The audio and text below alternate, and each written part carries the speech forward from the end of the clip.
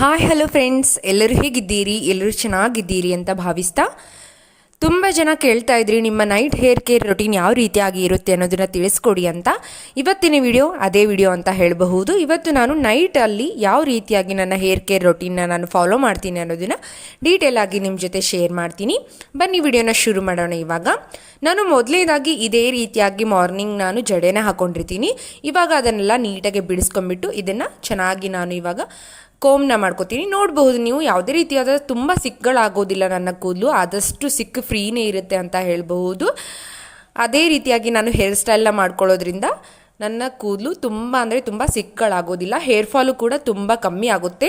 ನೀವು ವಿಡಿಯೋನ ಎಂಡ್ವರೆಗೂ ನೋಡಿ. ನಾನು ಹೇರ್ ಕೋಮ್ ಮಾಡಿದ ಮೇಲೆ ಯಾವ ರೀತಿಯಾಗಿ ಎಷ್ಟು ಹೇರ್ ಫಾಲ್ ಆಗುತ್ತೆ ಅನ್ನೋದು ಕೂಡ ನಿಮಗೆ ತೋರಿಸ್ತೀನಿ. ನಾನು ಇಷ್ಟು ಉದ್ದ ಇರೋ ಕೂದಲು ಜಾಸ್ತಿ ಹೇರ್ ಫಾಲ್ ಆಗುತ್ತೆ ಅಂತ ನಿಮಗೆ ಅನಿಸ್ಬಹುದು, ಆದರೆ ನನ್ನ ಕೂದಲು ಜಾಸ್ತಿಯಾಗಿ ಹೇರ್ ಫಾಲ್ ಆಗೋದಿಲ್ಲ. ಎಷ್ಟು ಕಮ್ಮಿಯಾಗಿ ಹೇರ್ ಫಾಲ್ ಆಗುತ್ತೆ ಅನ್ನೋದನ್ನು ನೀವೇ ನೋಡಬಹುದು. ಇವಾಗ ನೋಡಬಹುದು ನೀವು, ನನ್ನ ಕೂದಲು ಯಾವುದೇ ರೀತಿಯಾದ ಆಗಿರೋದಿಲ್ಲ. ಈ ರೀತಿಯ ವೇವಿ ಆಗಿರುತ್ತೆ, ಯಾಕಂದರೆ ಜಡೆನ ಹಾಕಿರ್ತೀನಲ್ವ, ಅದಕ್ಕೋಸ್ಕರ ಈ ಥರ ಕರ್ಲಿ ಆಗಿರುತ್ತೆ ಸ್ವಲ್ಪ.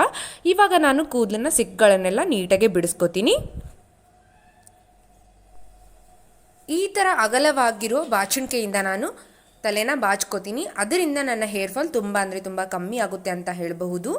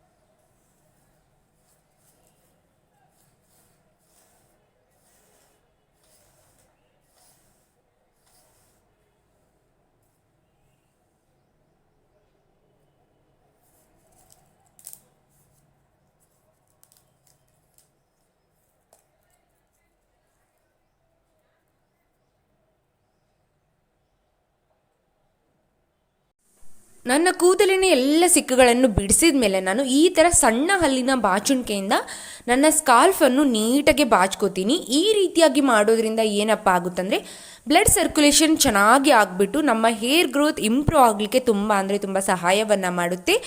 ಈ ರೀತಿಯಾಗಿ 5 ನಿಮಿಷಗಳ ಕಾಲ ಚೆನ್ನಾಗಿ ನಿಮ್ಮ ಸ್ಕಾಲ್ಫನ್ನು ಈ ರೀತಿಯಾಗಿ ಬಾಚ್ಕೊಳ್ಳಿ. ಇದರಿಂದ ತುಂಬ ಅಂದರೆ ತುಂಬ ಒಳ್ಳೆಯದು. ತಲೆಗೂ ಮಸಾಜ್ ಕೊಟ್ಟಂಗಾಗುತ್ತೆ.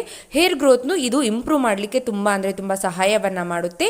ಈ ರೀತಿಯಾಗಿ ಬಾಚ್ಕೊಂಡ್ಮೇಲೆ ನಾನು ಒಂದು ಪೋನಿಟೇಲ್ನ ಹಾಕೋತೀನಿ. ಪೋನಿಟೇಲ್ ಹಾಕೊಂಡ್ಮೇಲೆ ನಾನು ಜಡೆಯನ್ನು ಹೆಣ್ಕೊಳ್ತೀನಿ. ಈ ರೀತಿಯಾಗಿ ನನ್ನ ನೈಟ್ ಹೇರ್ ಕೇರ್ ರೊಟೀನ್ ಇರುತ್ತೆ ಅಂತ ಹೇಳಬಹುದು. ಸಿಂಪಲ್ ಆಗಿರುತ್ತೆ ನನ್ನ ನೈಟ್ ಹೇರ್ ಕೇರ್ ರೊಟೀನ್. ಇದೇ ರೀತಿಯಾಗಿ ನಾನು ಯಾವಾಗಲೂ ಫಾಲೋ ಮಾಡೋದು. ಇದರಿಂದ ನನ್ನ ಹೇರ್ ಫಾಲು ಕೂಡ ತುಂಬ ಅಂದರೆ ತುಂಬ ಕಮ್ಮಿ ಆಗುತ್ತೆ. ಆದಷ್ಟು ಹೇರ್ ಫಾಲ್ ಕಂಟ್ರೋಲ್ ಮಾಡಲಿಕ್ಕೆ ನಾನು ತುಂಬ ಪ್ರಯತ್ನ ಪಡ್ತೀನಿ. ಯಾಕಪ್ಪ ಅಂದರೆ ಹೇರ್ ಫಾಲ್ ಜಾಸ್ತಿ ಆಗೋದು ನನಗೆ ನಿಜವಾಗ್ಲೂ ಇಷ್ಟ ಆಗಲ್ಲ ಅಂತ ಹೇಳ್ಬೋದು.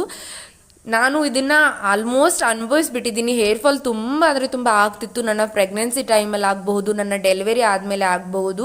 ಆವಾಗ ನಂದು ತುಂಬ ಅಂದರೆ ತುಂಬ ಹೇರ್ ಲಾಸ್ ಆಗಿತ್ತು. ಆವಾಗಿಂದ ನಾನು ಇದೇ ರೀತಿಯಾಗಿ ಹೇರ್ ಸ್ಟೈಲ್ನ ಮಾಡ್ತಾ ಇದ್ದೀನಿ. ಈ ರೀತಿಯಾಗಿ ನಾನು ಹೇರ್ ಸ್ಟೈಲ್ ಮಾಡೋದ್ರಿಂದ ನನ್ನ ಕೂದಲು ಆದಷ್ಟು ತುಂಬ ಅಂದರೆ ತುಂಬ ಕಮ್ಮಿ ಉದುರುತ್ತೆ. ಆದಷ್ಟು ಹೇರ್ ಫಾಲ್ ಕಮ್ಮಿ ಆಗಿದೆ. ಇವಾಗ ಹೇರ್ ಗ್ರೋತ್ನ ನೋಡಬಹುದು, ತುಂಬ ಅಂದರೆ ತುಂಬ ಇಂಪ್ರೂವ್ ಆಗಿದೆ ಅಂತಲೂ ಹೇಳಬಹುದು. ಆದಷ್ಟು ಈ ರೀತಿಯಾಗಿ ಹೇರ್ ಸ್ಟೈಲ್ ಮಾಡೋದಕ್ಕೆ ಟ್ರೈ ಮಾಡಿ. ಇದು ತುಂಬ ಅಂದರೆ ತುಂಬ ಹೇರ್ ಫಾಲ್ನ ಕಂಟ್ರೋಲ್ ಮಾಡುತ್ತೆ ಅಂತಲೂ ಹೇಳ್ಬಹುದು. ನನ್ನ ಡೆಲಿವರಿ ಆದಮೇಲೆ ನಾನು ಇದೇ ರೀತಿಯಾಗಿ ಹೇರ್ ಸ್ಟೈಲ್ ಮಾಡ್ತಾ ಇದ್ದೀನಿ. ನೈಟ್ ಮಲಗುವಾಗ ಇದೇ ರೀತಿಯಾಗಿ ಮಾಡ್ತೀನಿ. ಇದರಿಂದ ನನ್ನ ಹೇರ್ ಫಾಲ್ ತುಂಬ ಅಂದರೆ ತುಂಬ ಕಮ್ಮಿ ಆಗಿದೆ, ನೋಡಬಹುದು ನೀವು. ಇದೇ ರೀತಿಯಾದ ವಿಡಿಯೋಗಳು ನಿಮಗೆ ಬೇಕಪ್ಪ ಅಂದರೆ ಇನ್ನೂ ಯಾರು ನನ್ನ ಚಾನಲ್ನ ಸಬ್ಸ್ಕ್ರೈಬ್ ಮಾಡ್ಕೊಂಡಿಲ್ಲೋ ಪ್ಲೀಸ್ ಸಬ್ಸ್ಕ್ರೈಬ್ ಮಾಡ್ಕೊಳ್ಳಿ. ಈ ವಿಡಿಯೋ ಇಷ್ಟ ಆದರೆ ಪ್ಲೀಸ್ ಒಂದು ಲೈಕ್ ಮಾಡೋದನ್ನು ಕೂಡ ಮಿಸ್ ಮಾಡೋಕ್ಕೆ ಹೋಗಬೇಡಿ.